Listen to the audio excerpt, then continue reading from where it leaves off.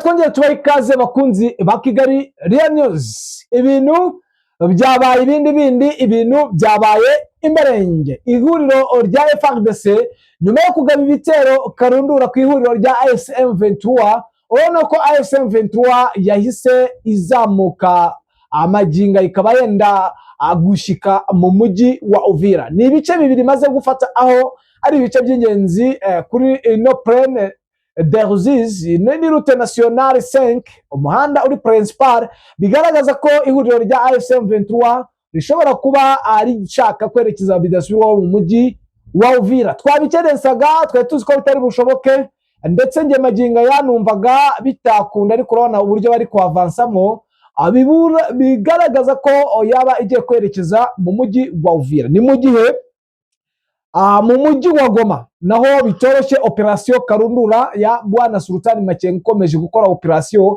ndetse no mu bice bigiye bitandukanye bivugwa ko harimo abakomanda muri uyu mujyi wa Goma bagomba kubanza kwitaho, bari barimo batanga amakuru kandi basaga nkaho bafasha ibitero biri kubera muri ino mijyi igiye itandukanye yo muri Nord Kivu. Ni mu nkunde rero turanabagezaho ibyatangajwe n'abatari bakeya kandi bamwe mu banyamurenge aho bagenda babusanya, ndetse ubona yuko hari n'abamaze kugera i Bujumbura gushimira Perezida Ndayishimiye. Niki cyabiteye? Ese ni izihe mpamvu? Turifashisha umuntu n'ubundi uba muri biriya bice, akaba ari n'umuroko wacu Ifoma uba mu burasirazuba bwa Repubulika ya Demokarasi ya Kongo, atubwira uko situation ihagaze. Ni munyemerere tuze turebe page nshya ndetse na update nshya z'aka kanya. Mbere yuko dukomeza gushimira n'umuco mwiza, reka tubashimire tubifuriza amahoro mwe mwahisemo kubana natwe.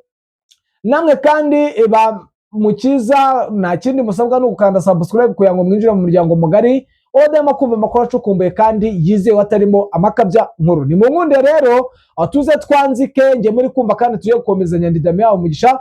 Ku murongo wa telefone turi kumwe na Bwana Bizima. Bwana Bizima, wiriwe neza? Wiriwe neza. Biravugwa ko ihuriro rya AFC M23 ryaba ari buraho amadakika make ngo binjire mu mujyi wa Uvira. Byifashe bite shahiye Bwana Bizima? Yego niko bimeze, urabona ko kuva ku mirwano y'ejo ndetse n'uyu munsi ubona ko nta kintu kiri kugabanukaho mu kwandibasanga, n'ubundi ibyerekezo byabo ni hari ubona mu mujyi wa Uvira, nubwo hari inkomyi ya coalition nyine ibakumira ndetse n'abagabaho ibitero ku buryo bukomeye, ariko ni ikintu ubona ko ari ikintu bakora, ubona ko ari icyanyuma, kuko ni nk'integuza yo kuba uyu mujyi wa Uvira winjirwa nayo 23 bijyanye n'uburyo ubona ko n'impinduka zawubayeho cyane ku rwego rwo hejuru bijyanye n'ubuyobozi bw'uyu mujyi, ndetse uzi ko ariho guverineri w'intara y'Amajyepfo yarari. Rero ni ikintu cyamaze kugaragara ko ubu ngubu tuvugana yambutse, ndetse na delegation yose, kuko staff yimeze yose nta n'umwe ugihari, bose bambutse bari Bujumbura mu buryo bwo kusa naho bishakira umutekano, kuko babizi neza ko impinduka ziriwemo hano. Ni ikintu rero cyakiriwe nabi cyane n'abaturage, kuba asa n'uwavuyemo kare, kandi ubona ko abaturage bose ntawe urahunga, benshi barimo, nubwo nabo biteguye ko isaha n'isaha bamwe bahunga. Rero ni ikintu cyane ubona ko gikomeye cyane, gishobora kuba rwose uyu munsi impinduka zabaho ku buryo M23 bishobora kwinjira muri uyu mujyi bijyanye n'ibirometero isigaje. Yes, nibyo Bwana Bizima. Urambwiye uti Bwana Perusi ni guverineri wa Sud Kivu kuri kote ya FARDC. Impamvu wenda nsobanuye gutyo nuko ubu Sud Kivu iri kuyoborwa n'abaguverineri babiri, kuko ku ruhande rwa AFC M23 bafite Busubwangi niwe guverineri, ndetse urumva ko uwo ni uhagarariye wenda cyangwa ni guverineri ku ruhande rwa FARDC. Bwana Bizima, kwambuka ajya i Burundi kandi mu mirwano ishize umujyi wa Uvira ufatwa yaramanutse ajya i Baraka. Niyo mpamvu atagiye i Baraka, kandi i Baraka ari mujyi wa gatatu muri Sud Kivu, akaba yerekeje i Burundi. Ni ikihe cyabiteye wenda ugenekereje Bwana Bizima? Nicyo ubona ko yagikoze mu izina rye bwite, kandi ni mu buryo bw'umutekano yizeye. Urumva ko kuva ahayerekeza Baraka, naho n'ubundi Baraka urabizi nayo ntago ari agace karimbwe cyane birenze kuruta Uvira. Rero ashobora kuba yarebye akavuga ati ntisimpunge kabiri, akabikorera rimwe, ariko ubona ko n'ubundi kujya Baraka bitaba ari igisubizo. Ariko mu bijyanye n'abaturage nk'uko bivuze, bo barabona ko ari ubugambanyi cyane, ndetse yagarutsweho cyane bikomeye, ndetse ku buryo ubona ko n'iyo haba hari ikibaye umujyi ntufatwe kuwugarukamo byamugora cyane, bijyanye n'uburyo abaturage bamwishyizemo ku rwego rwo hejuru. Yes, mbere yuko tujyana kuri aksi ya Minembwe, nyemerera mbanze ndebere hamwe ibyo abanyamurenge bagiye gushimira Evariste Ndayishimiye, perezida w'u Burundi, mu kuba ari kugaruranga amahoro kuri ubwo butaka bwanyu. Ubundi uze unjyane kuri aksi tunaganire ku bikomeje kugenda bigaragara bamwe bo mu bwoko bw'abanyamurenge aho bagiye i Bujumbura. Ni igikorwa kimwe cy'abaturage aho abanyamurenge bagiye gushimira leta y'u Burundi ku kurengera ubuzima muri Kongo. Ni abagize itsinda abanyamurenge Global Advocacy bakiriwe na perezida w'u Burundi. Itsinda ry'abanyamurenge ryakiriwe na perezida Evariste Ndayishimiye ryabakiriye n'ubundi ku munsi w'ejo, ariko byagaragaye mu masaha y'urukerera arivuga ko rije kumushimira uruhare rwa leta akuriye mu kurengera ubuzima bari mu kaga bw'abanyamurenge mu ntambara iri mu gihugu cyabo. Iryo tsinda ryitwa Abanyamurenge Global Advocacy ryashimiye Ndayishimiye ku mihate n'amahoro muri Repubulika ya Demokarasi ya Kongo no gufasha no kwita ku banyekongo barimo abanyamurenge bahungiye mu Burundi, nk'uko ibiro by'umukuru w'u Burundi bubivuga. Charles Neze ukuriye iryo tsinda avuga ko riba muri Amerika, aho yatangirije igitangazamakuru cya leta y'u Burundi bwateye intambwe ikomeye mu ntambara muri Kongo zatewe n'igihugu cy'u Rwanda, kandi gikora cyitwaza izina ryacu ry'abanyamurenge ndetse n'izina ry'abatutsi mu karere. Leta y'u Rwanda ihakana uruhare ishinjwa mu ntambara muri Kongo, ivuga ko yafashe ingamba zo kwirinda. Amahuriro atandukanye y'abanyamurenge cyane cyane ababa mu mahanga ntavuga rumwe ku ruhare rw'ingabo z'u Burundi mu ntambara muri Kongo. Bamwe mu banyamurenge bari mu karere ka Minembwe muri Kivu y'Epfo bavuganye na BBC Gahuzamiryango umwaka ushize, bazishinje ingabo z'u Burundi ubwicanyi kuri bo no gufunga amayira atuma bagera Uvira, aho bakuraga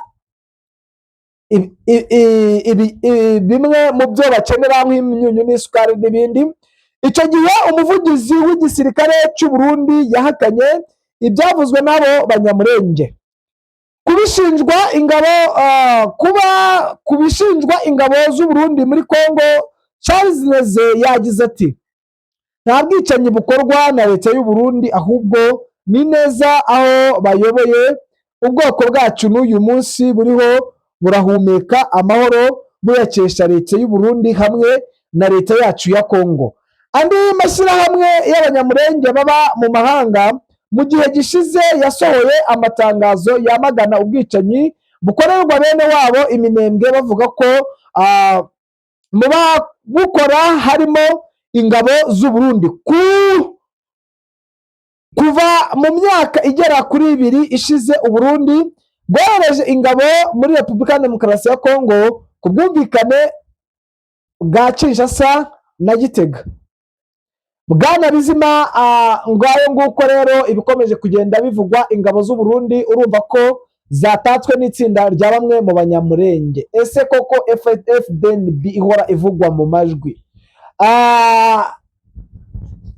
imeze ite ku mirongo y'imbere y'urugamba? Yifashe ite saha yengeye?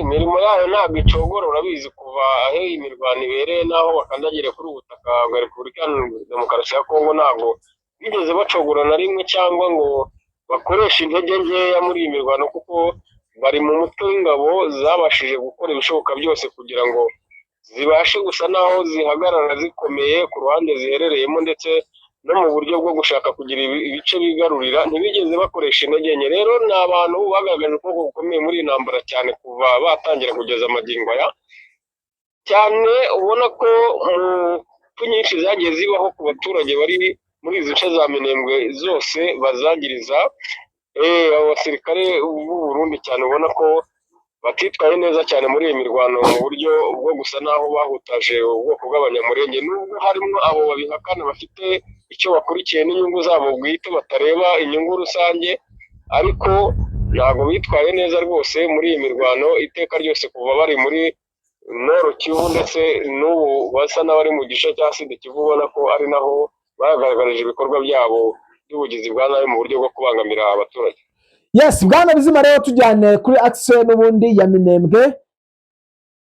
Minembwe ni ibisanzwe imirwano iri mu bice bimwe ndetse ubona ko itarimo intege nyinshi cyane, uretse ko FARDC n'ubundi impamvu y'ibyo byose ni uko mu mutwe w'umuntu wese uri muri operasiyo muri ibi bice bamaze kwishyiramo yuko byanze bikunze isobanuro ryabo n'imbaraga aho bazikuraga ari Uvira, bakaba bamaze kugira ikikango cyane ko bashobora kuhatakaza ndetse bamwe babyiyakiriye. Ni ikintu ubona ko operasiyo ziri kubera mu bindi bice isa n'izabaye nk'izisharinze cyane bikomeye, ku buryo ubona ko nubwo babikora ari bwa buryo bwo ko buri wese aba ashaka no kugira ngo yirengere abeho, ariko ubona ko imirwano iriyo itari organize ku rwego rwo hejuru bijyanye n'uburyo hategurwaga, kandi n'ubundi ubona ko force za M23 twirwanaho muri kino gice cya Minembwe ibice ziri kugenzura byose, aho zigerageje gusa naho zivaswaho n'umwanzi mu kubarasa, bari kurasana imbaraga zishoboka cyane,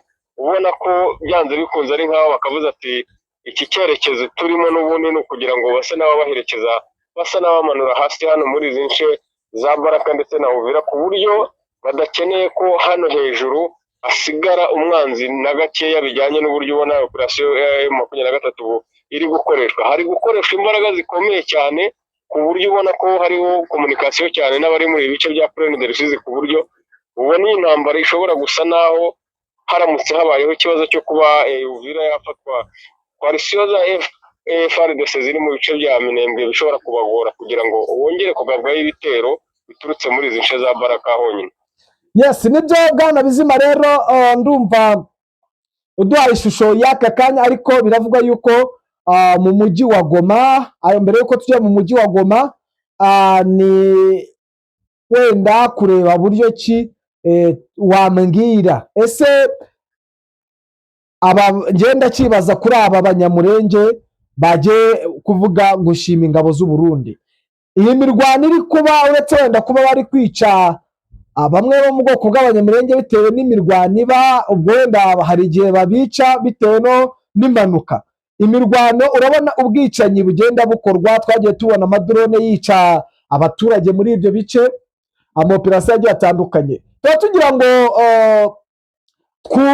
abakunzi bacu bamenye akantu ku kandi, abarundi aho wa mugani ntibaje kubafasha kugira ngo wenda bagarure ituze ryo kurwanya izo nyeshyamba za AFC M23.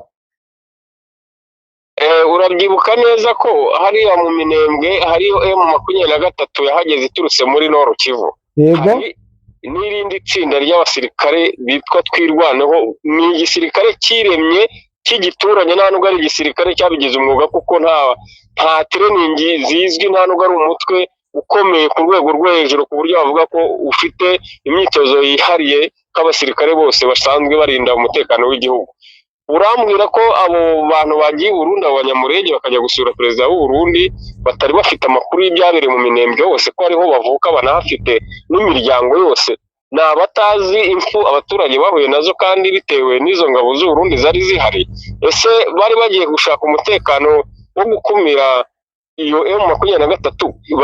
Bari kwihera Bukavu bakazamura muri Nord Kivu, cyangwa bakaba barayisanze i Goma nk'uko bari bariyo? Ntabwo bari kujya kuyishakira mu Minembwe, kuko Minembwe yagiraga pariti ya twirwaneho, ndetse ni nayo yabanje guhangana n'ibitero by'abarundi ku muza wa mbere kugeza hafi amezi 2 arenga M23 itaragera muri ibi bice. Rero ntabwo bajyanywe n'umutekano wo kurinda abaturage, ahubwo bagiye mu buryo bwa support bari bahawe na FARDC kandi no ku nyungu zabo bwite, kandi ntibabasha guhangana n'ingabo gusa, ahubwo habaho n'icyaha cyo gusa naho wibasiye abaturage, kuko hari nk'abo wagiye ubona ku mavideo bigaragariza ko barashwe mu maguru n'ingabo z'u Burundi, ko bari bazi kubitandukanya, ko batavuze ko ari FARDC.